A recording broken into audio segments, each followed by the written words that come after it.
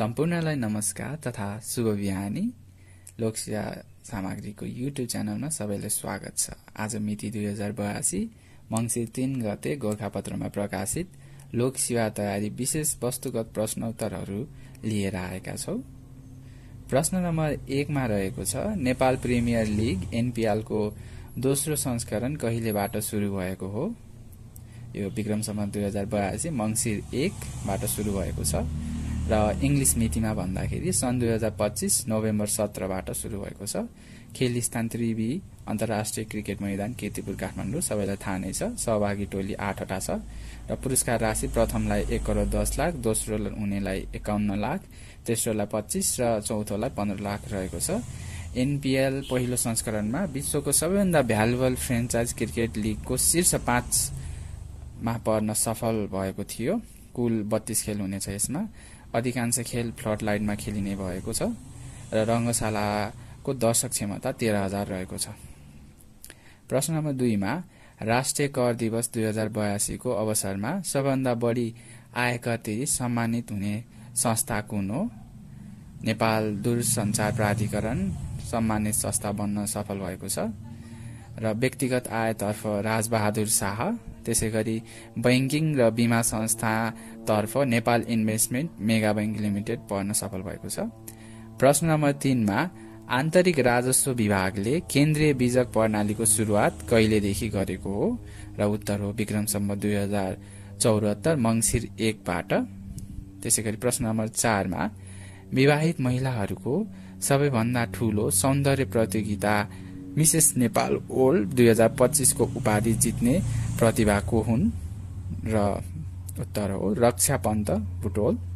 विक्रम सम्वत 2082 कार्तिक 29 गते राजधानीमा सम्पन्न प्रतिस्पर्धामा 24 प्रतिस्पर्धीलाई पछि पार्दै रक्षाले मिसेस नेपाल वर्ल्ड 2025 को उपाधि चुमेकी। प्रश्न नम्बर 5 मा नेपालमा राष्ट्रिय आर्टिफिशियल इन्टेलिजेन्स एआई केन्द्रको स्थापना कहिले भएको हो? विक्रम सम्वत 2082 कार्तिक 24 मा। प्रश्न नम्बर 6 मा इमानदार भयो भने तिमीले धेरै साथी बनाउन नसकौला, तर जति बनाउँछौ साँचो साथी मात्र बनाउँछौ भन्ने व्यक्तित्व को हुन्? र उत्तर हो जोन लेनन। प्रश्न नम्बर 7 मा व्यथित साहित्य सम्मान 2082 कसलाई प्रदान गरियो? र उत्तर हो डाक्टर तुलसी प्रसाद भट्टराई। प्रश्न नम्बर 8 मा दृष्टिबिन महिला T20 विश्वकप प्रतियोगिताको आयोजक राष्ट्र कुन हो? र उत्तर हो भारत र श्रीलंका। खेल सञ्चालन सन् 2025 नोभेम्बर 11 देखि 23 सम्म संस्करण पहिलो थियो यो। प्रश्न नम्बर 9 मा 22औं अन्तर्राष्ट्रिय कर सम्मेलनका लागि तय गरिएको मिति कुन हो? र उत्तर हो विक्रम सम्वत 2082 मंसिर 2 देखि 5 सन् 2025 नोभेम्बर 18 देखि 21 काठमाडौँमा।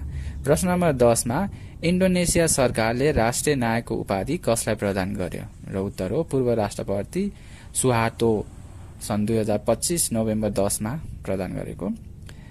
प्रश्न नम्बर 11 मा सगरमाथाको सबैभन्दा धेरै पटक आरोहण गर्ने गैर शेर्पा आरोही को हुन्? र उत्तर हो बेलायतको केन्टन कुल 1900 पटक सगरमाथाको सफल आरोहण गरेका। प्रश्न नम्बर 12 मा नेपालका तर्फबाट आणविक ऊर्जा सम्बन्धी कन्ट्री प्रोग्राम फ्रेमवर्क CPF मा कहिले हस्ताक्षर भएको हो? र उत्तर हो 2022 सेप्टेम्बर 27 मा। यसैगरी प्रश्न नम्बर 13 मा रहेको छ, एसियाली विकास बैंक ADB ले नेपालका लागि अघि सारेको नयाँ कन्ट्री पार्टनरशिप स्ट्राटेजी अवधि कुन हो? र उत्तर हो सन् 2025 देखि 2029 सम्म।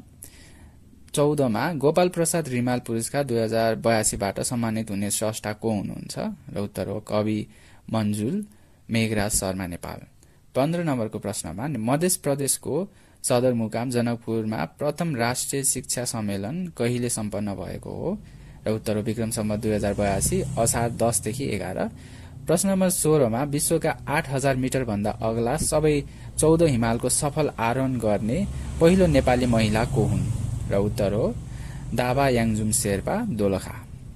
प्रश्न नम्बर 17 मा एकल साहसी यात्रा सोलो एडभेन्चर ट्राभल गन्तव्यको सूची 2025 मा नेपाल कतिऔं स्थानमा परेको छ र उत्तर हो 7औं।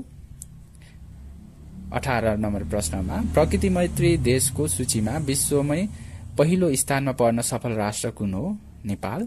रोयल स्विडिश एकाडेमी अफ साइन्सको तर्फबाट स्प्रिन्जरले प्रकाशित गर्ने वातावरण विज्ञान सम्बन्धी विश्व प्रसिद्ध जर्नल एमबिओमा प्रकाशित प्रतिवेदन अनुसार नेपाल विश्वकै सबैभन्दा प्रकृति मैत्री देश बन्न सफल भएको।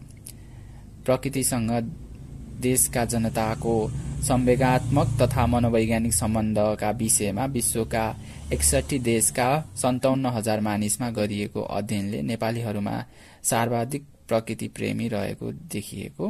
प्रकृतिसँग सबभन्दा कम जोडिएका पुच्छरका 10 देशमा रूस, आयरल्याण्ड, साउदी अरब, बेलायत, Netherlands, Canada, Germany, Israel, Japan र स्पेन रहेको। प्रश्न नम्बर 19 मा 17औं ब्रिक्स शिखर सम्मेलन कहिले र कहाँ सम्पन्न भएको हो? र उत्तर हो सन् 2025 जुलाई 5 देखि 6 रियो डी जेनेरियो ब्राजिलमा सम्पन्न भयो। प्रश्न नम्बर 20 मा बंगलादेशको अन्तर्राष्ट्रिय अपराधी न्यायाधिकरणले पूर्व प्रधानमन्त्री शेख हसिनालाई मानवता विरुद्धको अपराधमा दोषी ठहर गर्दै मृत्युदण्डको सजाय कहिले सुनाएको हो? र उत्तर हो सन् 2025 नोभेम्बर 17 मा। र यसै गरी आजका प्रश्नहरू समाप्त भएका छन्। यसै गरी लोकसेवा तयारी विषय सम्बन्धी सामग्रीहरू प्राप्त गरिराख्नका लागि र यस्तै समसामयिक ज्ञानहरूमा अपडेट भइराख्नका लागि लोकसेवा सामग्रीको युट्युब च्यानललाई सब्स्क्राइब गर्न नभुलिदिनुहोला। हस्त धन्यवाद। शुभ दिन।